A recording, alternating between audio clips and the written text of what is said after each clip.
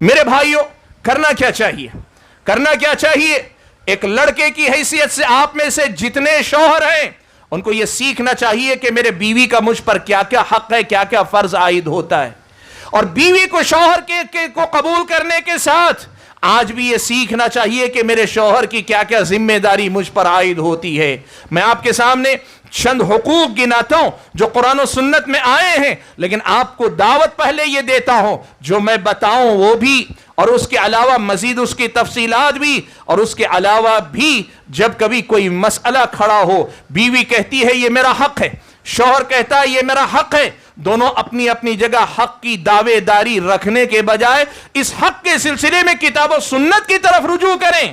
اہل علم سے رابطہ کریں، معلوم کریں کہ میرے شوہر پر کیا یہ بھی ذمہ داری عائد ہوتی ہے، کیا میری بیوی پر یہ بھی ذمہ داری عائد ہوتی ہے۔ دونوں طرف کے لوگ باقاعدہ اپنی اپنی ذمہ داری کے تئیں اہل علم سے رابطہ کر کے سیکھنے سمجھنے کی کوشش کریں۔ یہ بات ہمیں اور آپ کو سب سے پہلے آج سیکھنی چاہیے۔ بھائیو، پیارے نبی صلی اللہ علیہ وسلم نے میاں بیوی کے حقوق کے سلسلے میں بہت ساری باتیں بتائی ہیں۔ بڑی تیزی سے کچھ بنیادی حقوق میں آپ کے سامنے گنا دیتا ہوں تاکہ آپ کے سامنے ایک بات سب سے پہلے کھل کر واضح ہو جائے۔ سب سے پہلے، بیوی کے شوہر پر کیا حق ہیں؟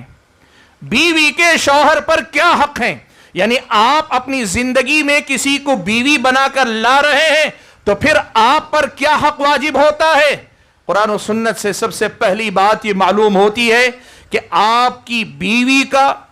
آپ کے گھر میں رہنا یا اس کو چھت فراہم کرنا، یعنی اسے ٹھکانہ دینا، یہ اس کا سب سے پہلا حق ہے۔ وہ آپ کی بیوی ہے تو اس کی رہائش کا انتظام کرنا یہ آپ کی ذمہ داری، یہ پہلا حق ہے، جسے قرآن میں سکنا کہا گیا۔ اسکنوہن من حیث سکنتم من وجدکم، تم جہاں رہتے ہو اپنی استطاعت کے مطابق اپنے ساتھ اپنی بیویوں کو رکھا کرو۔ یہ پہلی چیز ہے جسے یاد رکھنا چاہیے کہ آدمی اپنی بیوی کو چھت دینے کا پابند ہے۔ اب یہاں ایک مسئلہ آتا ہے، میں آگے بتاؤں گا آپ کے سامنے کہ بہت سارے لوگ شادی کرتے ہیں، اپنی بیوی اپنے سسرال کے گھر رہتے ہیں، اگر راضی خوشی کوئی رہ رہا ہے وہ بھی آپ کو خوشی سے رکھ رہے، کوئی مسئلہ نہیں، لیکن کوئی آدمی شادی کرنے کے بعد اپنی ذمہ داری کو سمجھتا نہیں ہے کہ بیوی کو چھت دینا میری ذمہ داری ہے، تو پھر اس انسان کا یہ خلل ہے، یہ کوتاہی ہے۔ پہلا حق ہے اسے چھت فراہم کرو۔ دوسرے نمبر پر اس کا حق یہ ہے کہ اس کے نان و نفقے کا انتظام کرو، یعنی اس کے کپڑے لتے کا اور اس کے کھانے پینے کا انتظام کرو۔ اللہ تبارک و تعالیٰ نے فرمایا لِيُنْفِقْ ذُو سَعَةٍ مِّن سَعَتِهِ، جس کو اللہ تعالیٰ نے دیا ہے کھل کر خرچ کرے، اپنی بیوی پر خرچ کرے، اور جس کے پاس رزق کی تنگی ہو تو تنگی کے باوجود بھی اپنی ذمہ داری ادا کرے کہ اپنی بیوی کو کپڑا لباس پہنانا اور اس کے ساتھ ساتھ اس کے کھانے پینے کا انتظام کرنا یہ تمہاری ذمہ داری ہے۔ میرے بھائیوں،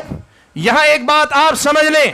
مرد کی حیثیت سے یہ آپ کی ذمہ داری بنتی ہے کہ اس کے سر پہ چھت، اس کے لباس، اس کے جسم پر لباس، اور اس کے منہ میں نوالا رکھنا، اس کے کھلانے پلانے کا انتظام کرنا یہ آپ پر فرض ہے، اور بیوی اس کا مطالبہ کرے گی تو اس کو دینا چاہیے، اور مطالبہ نہ کرے اس سے پہلے آپ کو اپنی ذمہ داری سمجھ کر اسے نبھانا چاہیے۔ یہ عورت کے بنیادی حقوق میں سے ہے کہ آپ اس کا خیال رکھیں۔ آپ کو میں بتاؤں، پیارے نبی صلی اللہ علیہ وسلم نے ایک بات بیان فرمائی۔ حضرت عبداللہ ابن عمرو ابن عاص رضی اللہ تعالی عنہ بیان فرماتے ہیں، نبی علیہ السلام نے فرمایا کفا بالمرء اثما ان یضیع من یقوت۔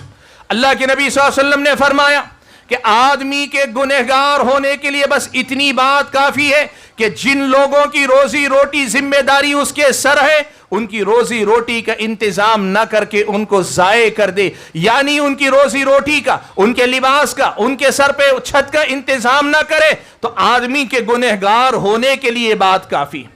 مرد ہونے کا مطلب ہی یہ ہے کہ آپ کو محنت مزدوری کر کے ان بنیادی ضرورتوں کو فراہم کرنا چاہیے۔ اللہ نے کیا فرمایا؟ اللہ نے کہا الرجال قوامون علی النساء بما فضل اللہ بعضهم علی بعض وَبِمَا أَنفَقُوا مِنْ أَمْوَالِهِمْ اللہ تعالیٰ نے مردوں کو عورت پر قوام بنایا، ان کے اوپر سرپرست ایک ذمہ دار بنایا، اور اس ذمہ دار بنائے جانے کی دو وجوہات اللہ نے بیان کی۔ ایک وجہ تو یہ کہ اللہ تعالیٰ نے مردوں کو کچھ باتیں ایسی عطا کی ہیں جو عورتوں کو عطا نہیں کی، اور دوسری وجہ یہ کہ بما انفقوا من اموالہم، کہ یہ اپنے پیسے سے اپنی عورتوں پہ خرچ کیا کرتے ہیں، اور اس خرچ کے بدلے میں وہ عورتوں پہ قوامیت کا حق رکھتے ہیں۔ سبحان اللہ،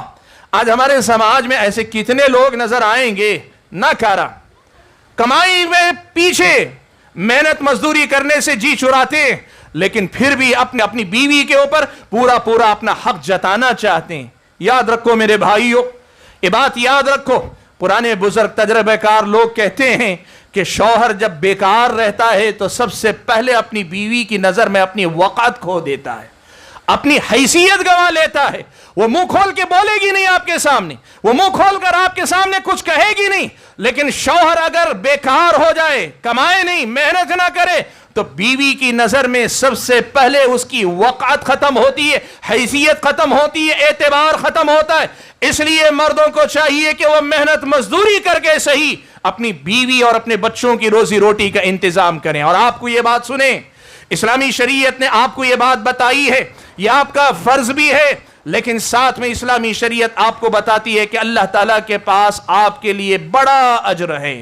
اللہ تعالیٰ کے پاس بڑا اجر ہے۔ نبی علیہ الصلوۃ والسلام نے ایک مرتبہ صحابہ کو مخاطب کرتے ہوئے کہا، ایک دینار وہ ہے جو اللہ کی راہ میں جہاد میں خرچ کرتے ہو، ایک دینار وہ ہے جس سے تم غلام آزاد کرتے ہو، ایک دینار وہ ہے جو کسی مسکین کو صدقے میں دیتے ہو، ایک دینار وہ ہے جو اپنی بیوی اور گھر والوں پہ خرچ کرتے ہو۔ ان تمام دیناروں میں سب سے زیادہ فضیلت والا دینار، سب سے زیادہ ثواب دلانے والا دینار وہ ہے جو تم اپنی بیوی پہ خرچ کرتے ہو، اپنے گھر بار والوں پہ خرچ کرتے ہو۔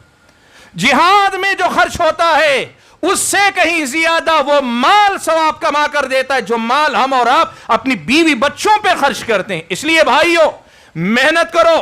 مزدوری کرو، اور اگر مشکل پیش آئے سڑکوں کے کنارے محنت کرو، بازار میں جاؤ، لیکن اپنی محنت کی روزی روٹی کھلانے کی کوشش کرو، اور یقین مانو جس قدر محنت کی روزی روٹی اپنی بیوی بچوں کو کھلاؤ گے اور اپنے گھر بار کو اپنی روزی روٹی سے چلاؤ گے، تمہاری عزت، تمہارا احترام گھر میں اتنا ہی زیادہ باقی رہے گا۔